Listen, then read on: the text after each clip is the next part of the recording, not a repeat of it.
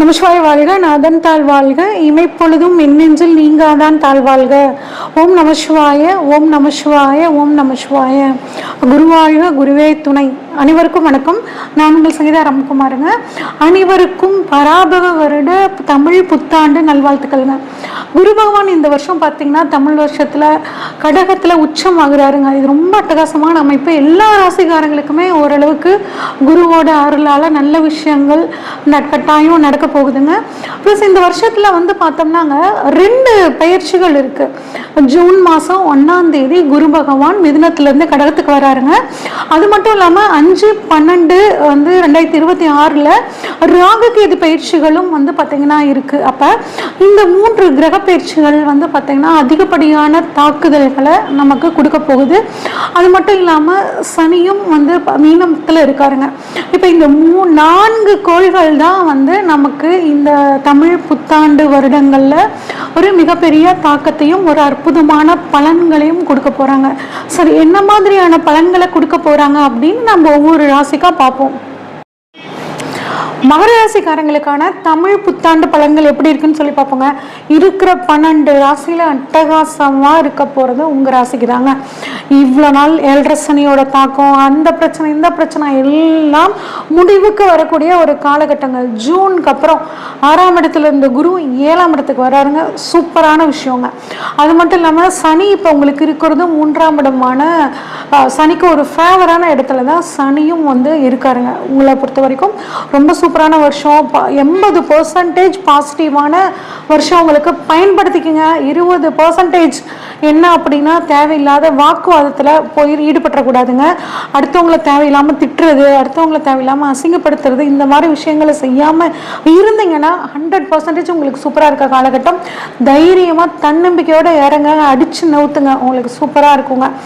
ராசியாதிபதி சனிங்க. அதனால் நீங்கள் என்ன பண்ணுறீங்கன்னா தினமும் ஒரு 10 நிமிஷமாவது ஒரு வாக்கிங் உங்களுக்கு ரொம்ப ஒரு உடற்பயிற்சி ஒரு அட்டகாசமான ஒரு முன்னேற்றத்தை கொடுக்குங்க. அடுத்தவங்களை பற்றி உங்களுக்கு ஒரே விஷயத்தில் எந்த விஷயத்தில் நீங்கள் கவனமாக இருக்கணும் அப்படின்னா அடுத்தவங்களை பற்றி விமர்சனம் பண்ணுற விஷயத்தில் கவனமாக இருக்கணும்.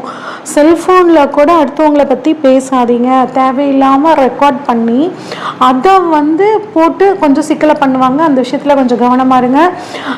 மற்றபடி வண்டி வாகனங்கள் வாங்கக்கூடிய ஒரு அமைப்பு, தொழில் மாற்றம், உத்தியோக மாற்றம் வரக்கூடிய அமைப்புகள் எல்லாம் சூப்பராக இருக்குங்க. 7ஆம் இடத்துல இருக்கக்கூடிய குரு, 7ஆம் இடத்துக்கு வரக்கூடிய குரு உங்களுக்கு திருமணத்தை சூப்பராக நடத்தி வைப்பாருங்க. உங்களுக்கு பிடிச்ச மாதிரியான ஒரு வாழ்க்கை துணையாக உங்களுக்கு தருவார். அது மட்டும் இல்லாமல் ஒரு பிஸ்னஸ் பார்ட்னர் புதுசாக கிடைப்பாங்க. அவங்க மூலியமாக உங்களுக்கு தொழிலையும் ஒரு நல்ல முன்னேற்றம் அப்படிங்கிறது உங்களுக்கு கிடைக்க போகுதுங்க. அதுவும் லாபஸ்தானத்தை குரு பார்க்குறனால பண வரும், தொழில் அட்டகாசமாக இருக்கும். தொழில் நல்லா இருந்தால் தான் நமக்கு தொழில் மூலிமா லாபம் வரும். அப்படிங்கும்போது அட்டகாசமான தொழில் இருக்கும். தொழிலில் ஒரு நல்ல முன்னேற்றம் இருக்கும். திருமணம் ஆகாதவர்களும் திருமணமாகும். 2ஆம் திருமணத்துக்காக காத்துட்ருக்கிறவங்களுக்கும் 2ஆம் திருமணம் கை கூடுங்க. 3ஆம் இடமான முயற்சி ஸ்தானத்தை குரு பார்க்குறாருங்க. உபஜய ஸ்தானத்தை குரு பார்க்கும்போது உங்களோட முயற்சிகள் எல்லாம் பலிதமாகுங்க. நிறைய பயணங்கள் போவீங்க. அந்த பயணங்களால் உங்களுக்கு நன்மை அப்படிங்கிறது சூப்பராக இருக்குங்க. உங்கள் இளைய சகோதரர்களுக்கு கல்யாணம் ஆகலையா, அந்த இளைய சகோதரர்களுக்கும் திருமணம் ஆகிறதுக்கான வாய்ப்பு. அவங்களுக்கு ஏதாவது ஒரு நல்ல விஷயங்கள் நடக்கிறதுல தடை இருந்துச்சுன்னா அதுவும் உங்களுக்கு இந்த சமயத்தில் நீங்க போகுதுங்க. 11ஆம் இடம் நம்மளோட ஆசைகள் அபிலாஷைகள் எல்லாம் சொல்லக்கூடிய இடம். ஒரு நீண்ட நாள் ஆசை, ஒரு நீண்ட நாள் கனவுங்க. ஒரு 10 வருஷமாக இந்த ஒரு சின்ன ஆசை தாங்க எனக்கு இருக்குது, அது நிறைவேற முடியலையேன்னு கவலைப்பட்டிருந்தீங்கன்னா அந்த விஷயங்கள் இப்போ உங்களுக்கு சாதகமாகும்.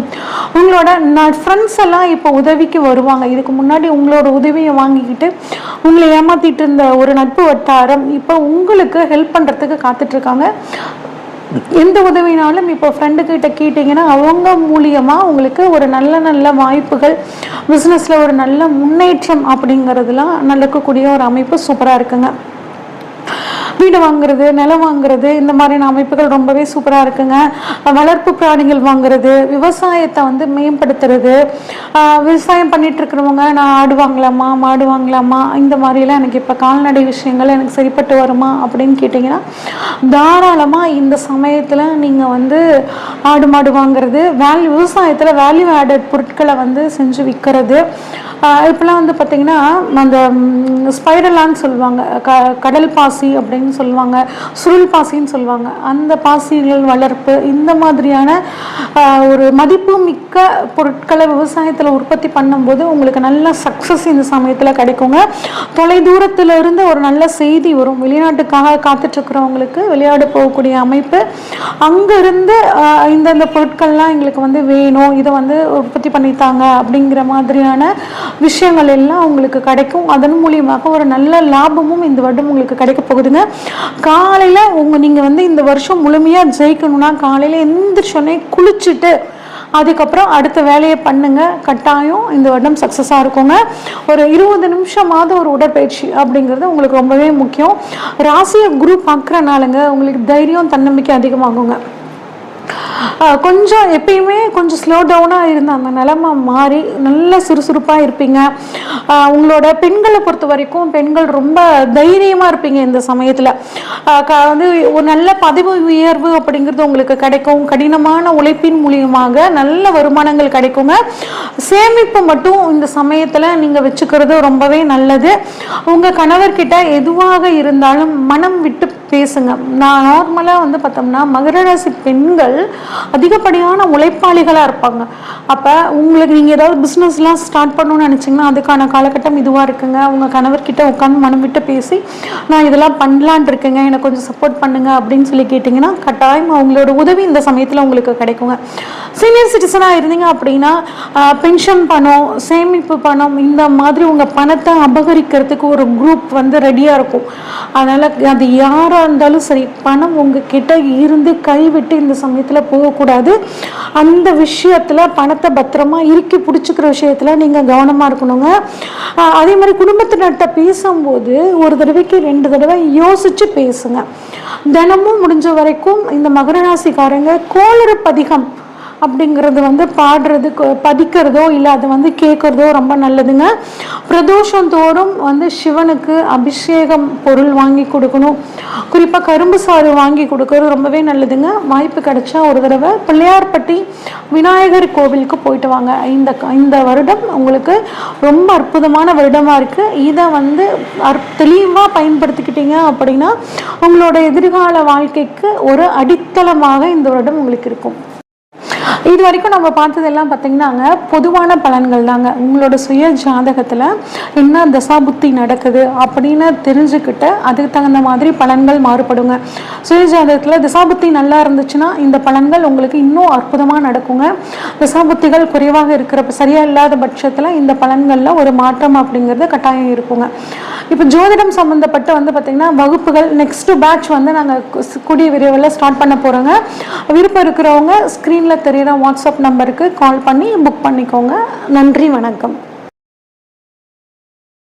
இந்த வீடியோ உங்களுக்கு பிடிச்சிருந்துச்சுன்னா லைக் பண்ணுங்கள், ஷேர் பண்ணுங்கள், கமெண்ட் பண்ணுங்கள். மறக்காமல் தேவ் சேனலை சப்ஸ்கிரைப் பண்ணிடுங்க. பெல் ஐக்கானையும் கிளிக் பண்ணிடுங்க.